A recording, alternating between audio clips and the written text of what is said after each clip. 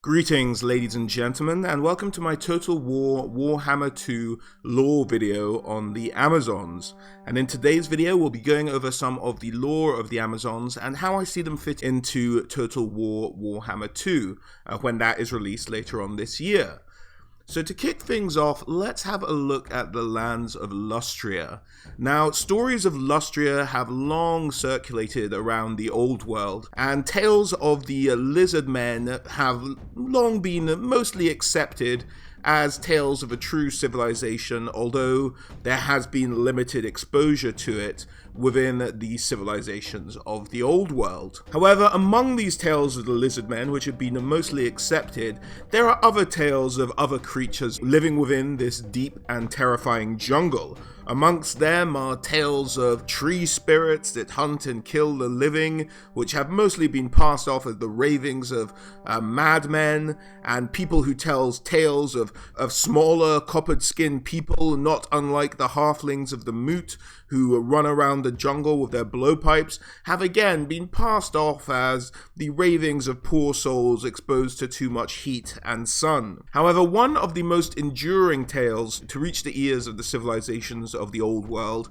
have been the tales of the Amazons, which have long endured and have become increasingly frequent in the last few years. First contact with the Amazonians is thought to have been made by the Norskans, who after centuries of sail and exploration were the first of the old world civilizations to stumble across the New World and Lustria itself. A very famous Norscan explorer known by the name of Lost Eriksson managed to set up a beachhead, if you will, around the northern part of Lustria up here, and he would establish the settlement that would later become known as Skeggi, the oldest human settlement in the New World that exists to this day. Having established Skeggi in the north part of Lustria, the Norskans began to explore and raid and pillage the entire coast of the continent.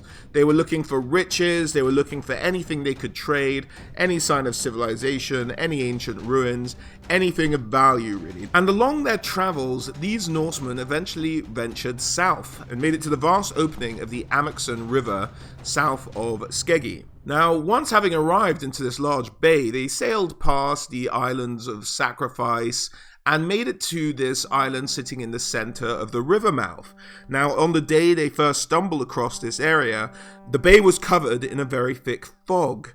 And out of the fog, a statue started to emerge, a huge towering one, and soon the men on the Norscan longboats could make out that the statue was of a woman. But they were only able to glance at it but for a moment, because they were greeted with hails of arrow and seemingly darts made of pure light, which were piercing them and setting their flesh ablaze. And they just couldn't see where any of these missiles were coming from. There was no chance of retaliation, and so the Norsemen beat a hasty retreat. It said as they looked behind them, leaving later what would become known as the Amazon Island, they looked behind them and saw proud women warriors with anger burning in their eyes, standing on the shore of that very island. This was not the last contact the Norsemen would have with these warrior women. They would go on to fight many small and larger scale conflicts with the Amazonians over the centuries in what was really widely perceived as an age of conflict between this burgeoning settlement of men in the New World and the established Amazons looking to defend their homeland. It wasn't until many years later that a gentleman by the name of Rofnickson seemingly managed to spend some time with these Amazonian women, documenting his time he spent with them and his contact with them in the tale that would become known as the Saga of Rofnickson. He established that the society of the Amazons was exclusively matriarchal, as he'd never seen one of the men of this tribe ever in all of his contact with these women warriors. Now, as far as their ruling hierarchy, these warrior women are ruled over by a priesthood of mystics known as the Sisterhood. The warriors of this Amazonian race are known as hugely devout individuals, fierce and stubborn and set in their ways. Many are zealot warriors who take a narcotic brewed within their settlements and become furies, just living berserkers that launch attacks against any who seek to usurp or corrupt any of their settlements. And in their encounters with the Norskins, the Norskins have noted that these women are fierce and skillful and are equal to any Norskin berserker on his best day. Their settlements are built amongst the ruins of ancient lizardmen cities known as temple cities, but they build wooden structures on tall stilts in these areas, and those are the buildings in which they live rather than within the old ruins themselves. However, the locations of all of these Amazonian settlements is little known. Rofnixon himself wasn't really able to describe where they were, although he does describe a couple. It's thought there's to be a settlement on the island of Amazon, where the Norskins first encountered the Amazonians. He also describes an area known as the Temple of Kara in Janaina, and he also describes the Great Shrine of Rig. Now, Rig is the primary goddess of the Amazonians, and that great shrine is on the shores of Lake Loka, and that's where the royal palace of the ruling Sisterhood is also located. In terms of where these beautiful and fierce warrior women are said to have hailed from, there are a number of differing theories. However, two main ones have risen to prominence amongst these scholars of the old world. The first was an account written by Drivet the Diatribist. Now, he's called a diatribist for a reason, as much of his writing is incoherent ravings of a madman. But some of it has been noted and made sense, and it's said that Drivet had actually written a number of histories of the creation myths of the lizard men and the elves. However, there's no evidence that he ever in fact traveled to the places of these civilizations to begin with, so they must be taken with a grain of salt, as his earned name suggests. But Drivet the Diatribist was a white wizard of the College of Light, and he stipulated that an elven god who was not widely known or seemed to be named for the first time by Drivet, who was said to be an elven god of the sea, wealth, and happiness, came into union with the Amazonian goddess Rig, and they birthed the mother of all Amazonians, Caliph. Now, Caliph and the rest of her Amazonians were said to be the special favored servants of the viziers of creation. Now, that might sound a bit familiar, and is rather reminiscent of the old ones, if I don't say so myself. They were said to be the handmaiden of the gods and stood at their right hand. They had tremendous wisdom, were clean of limb, and never grew old. They were effectively said to be immortal. And as such, they had no need of any kind of typical human reproduction, and thus males were never needed in their society. They're also said to have wielded a power not dissimilar to that of the gods, and were able to transform elements of the world itself, much like the old ones had done in the creation myths of the lizard men. They could not stand at the right hands of the gods forever, as the great catastrophe occurred and chaos was unleashed into the world. The civilization of the old ones was destroyed, and as such, the Amazonians lost a lot of their powers and prowess. They were forced to retreat into the depths of the Lustrian jungle and hide in settlements they established, looking to defend them from now until the end of time. And that's how Drivet kind of sums up the creation myth of the Amazonians. The Norskins take a different approach. They actually have kind of two concurrent and differing theories at the same time. Some Norskins believe that the Amazonians are the Valkyries of their own myths, legends, and gods, and that's who they are, and they chose to move away from Norska and come to this southern territory. However, a Norskan scholar known as Stilmanish, who's said to be slightly unhinged himself, says they're probably just outcasts from the early Norskan settlements. However, this has been widely disputed, as it's said that the Amazonian myths have been found in multiple civilizations around the Warhammer world, long before the Norskins even discovered the New World. And although these are competing and contradictory theories, this is really just a sign that the old world civilizations have found the study of Lustria and the monsters described therein as kind of a laughable subject subject for any self-respecting scholar to look into. And as such, not much work has really been done in this area, and as far as the old world is concerned, very little is known even about the lizard men, who are only now being widely accepted as of existing at all, let alone these new Amazonians, who are these warrior women who fight by themselves with no men. What a laughable notion that is in the old world.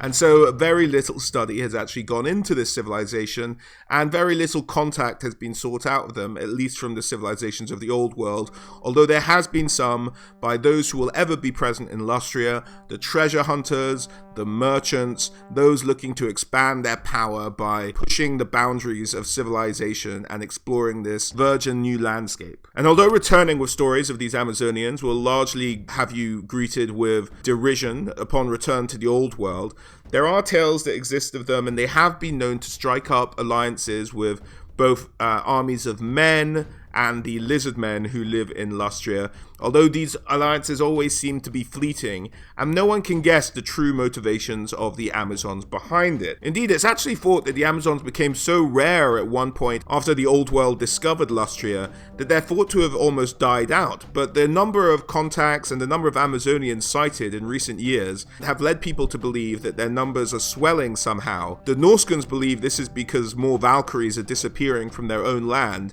and moving south to join the armies of the Amazonians, but no one's really 100% sure. This swelling of the rank and increased contacts has led to the Amazonians oftentimes allying themselves with armies of men or armies of lizard men. Sometimes, if these two armies come into conflict, you'll have representatives of the Amazonians on both sides of the battle.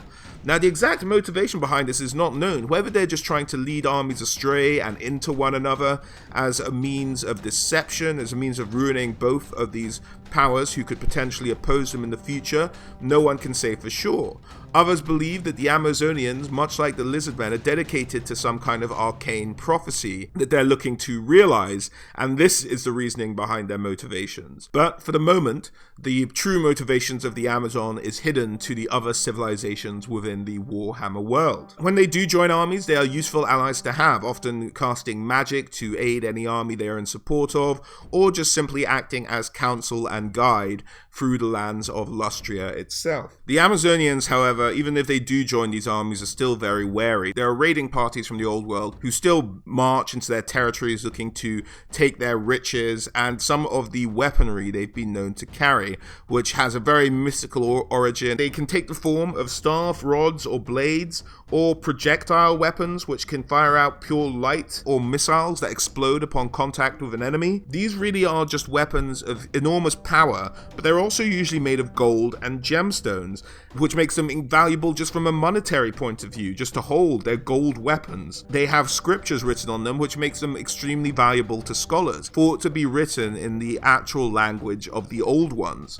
So really, people are dying to get their hands on any of these special weapons. Many of these Amazonian weapons are highly sought after. Any one of these weapons would be a huge treasure get in its own right.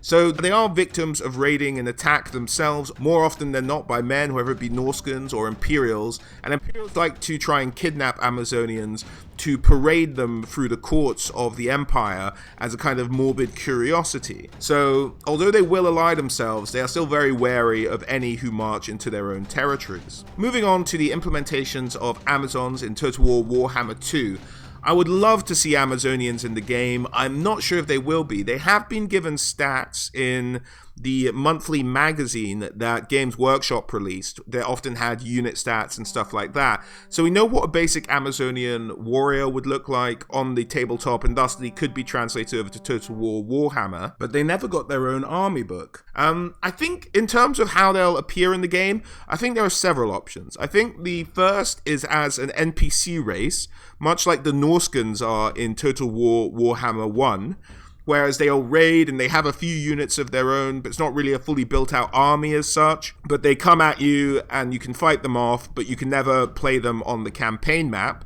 The other is they start off this way, and much like Bretonia, they're fleshed out and maybe become a free LC later on, or in fact a DLC, which would be pretty great. But it would involve quite a lot of new units being created by Creative Assembly themselves. There are a few units which have been given, which I can go over with you at the moment. So we have the Sisterhood, which is the society of priestesses within Amazon culture. Essentially, they're magic users. And these could be both generals and heroes in any potential Total War Warhammer 2 army. They all use the same lore, which is the lore of serpents. And I'll go over the lore of serpents and some of the items these priestesses of the Sisterhood may have.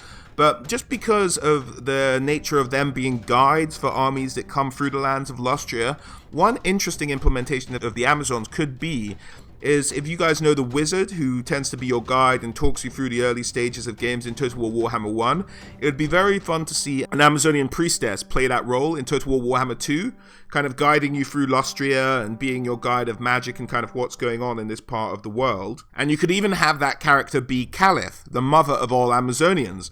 That would be a pretty cool implementation and a little nod from Creative Assembly to the Amazonians without necessarily having them implemented in Total War Warhammer 2.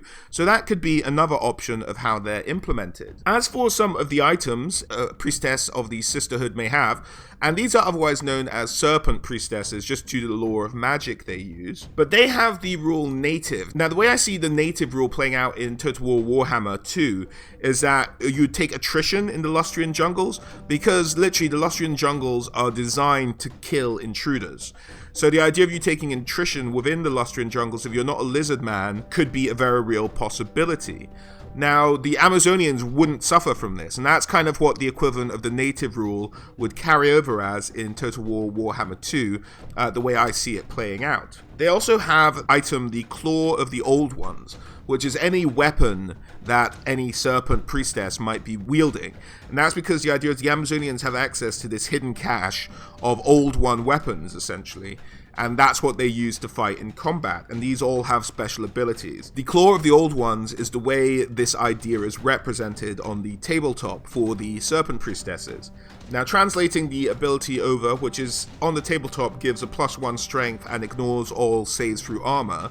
What that would be in Warhammer would be a very high armor-piercing weapon, and it maybe increases weapon strength as well. The other item they have access to is an item called the Amulet of the Moon, which is essentially a 50% ward save against any incoming damage. So that could be very handy to have on a magic user as they cavort around the battlefield. So that kind of subs it up for the Serpent Priestesses. In terms of the magic they use, which is the Lore of Serpents, there's a couple of spells there that's shared with other lores. So there's the Shield of Thorns, which we've seen in the Lore of Light.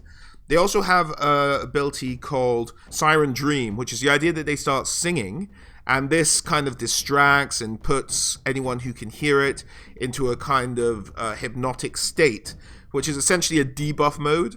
We've seen debuffs in Total War Warhammer already. They also have an ability called Living Jungle, and that's where the priestess causes the jungle to come alive around the target and does them damage. This is described in the tabletop as a missile weapon.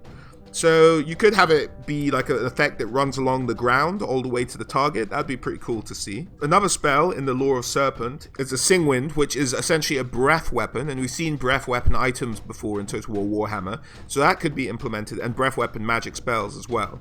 So that could be implemented there. The next is Serpent Strength, which is essentially gives a unit fury and would be a buff in all reality. And the last one is Wendala's Maelstrom. Now, Wendala's Maelstrom is a spell you'd cast upon yourself or maybe a friendly unit, and the idea is that it ruins enemy shooting. It kind of summons a hurricane around your unit, not doing damage to any of the enemy units, but just causing huge winds which throw off any projectiles being tossed at them. So that's the lore of magic that the Serpent Priestesses would use. Moving on, we have kind of the generic warriors that could be used in the different varieties of those that have kind of been given rules or that you could tweak about with to give them rules in Total War Warhammer 2. Because we have a basic stat line for an Amazonian warrior, and a lot of the tabletop is taking a basic stat line of a warrior from a race. For example, the Dark Elves used to just be called Dark Elf Warriors before they got all their different names, and you're just equipping different weapons, and the weapons have their own stats and how they work, and how they work in line with the unit stat itself. So we have an idea of what an archer Amazon would look like. We have an idea of what an Amazon with spear and shield would look like. The idea and the lore of being that the spears and shields and the weapons that aren't these kind of old created from the old ones for just more generic weapons are usually pillaged or traded with the lizard men. So that's where they get a lot of their weaponry from. You also have, moving on from the bowman, from the archer and the spearman, you have what are known as the totem guard. Now these are the most armored kind of elite warriors of the Amazonians. They have armor, they wield great weapons, they can really have a go for you. So that's the totem guard. And at the end there, another serpent priestess, which we've seen before. And these would be kind of your basis for an Amazonian army. Now, there's not a lot of units there, so as you can see, there's not really a huge amount of variety, which is why they might be an NPC race that you can attack and will be attacked by, but maybe they might be fleshed out with some creatures of the forest as well. But that's kind of what we're looking at, and as far as I'm aware, that's kind of all the non-Regiments of Renown unit we have ever been listed officially by Games Workshop. So these are kind of the guys we have. This would be the foundation of any kind of Amazonian army.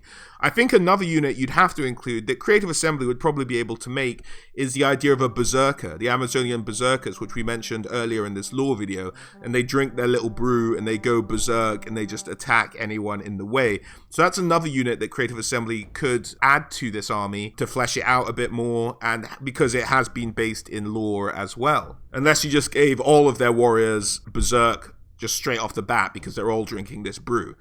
You could do it either way. Now we're going to move on to a particular regiment, which is a regiment of renown known in the Dogs of War army book. In fact, all Amazonian units in Warhammer on the tabletop would be classified as Dogs of War units, so technically mercenary units. And that's the idea that only like a few of them are joining up with an army from a bigger race, as we spoke about in the lore earlier, where Amazons are known to join up with larger armies, help them out from time to time, even if there's Amazonians fighting on both sides of a conflict. But we're going to go into the regiment of Anaconda and her Amazons, who are a particularly well-known regiment and have earned a bit of a name around the world. And these are a very highly regarded regiment of Amazonian warriors. They have, of course, Anaconda in their ranks. Now, Amazonians are thought to have all been named after animals. And they earn this name, this kind of pure name, once they go through a kind of rite of passage. And this usually involves some kind of physical activity to kind of prove they've come into adulthood. Anaconda herself wrestled and killed an enormous snake, skinned it, and is said to wear its skin to this day. She's known as one of the finest Amazonian warriors alive, if not the best Amazonian warrior alive. And she is joined by the rest of her Amazons. We have Anaconda, who's in the center of this image here. I believe that's what she's meant to be. This model's also been called just the Amazonian champion, but I think it can double as both. To our left of the center Anaconda there, we have her standard bearer, who is known as Hummingbird. And although Hummingbird's not known for any particular feat, it's widely acknowledged within the regiment that she's the second most able warrior next to Anaconda herself. Hummingbird is decked head to toe in feathers, and just by being there, she very much encourages, and like the beauty of the feathers she wears, she very much encourages those warriors around her and gives them a leadership buff, much like standard bearers do throughout the tabletop on Total War Warhammer. But she's meant to be the second best warrior in the regiment, very skilled. And the last named warrior in this regiment is Piranha, and she earned her name when she was captured by a group of skinks who were looking to sacrifice her to their gods. And to do this, they threw her into a pool of giant piranha. So they lobbed this Amazonian in, and the pool turned red with blood. The skinks said their little chants and began to wander away.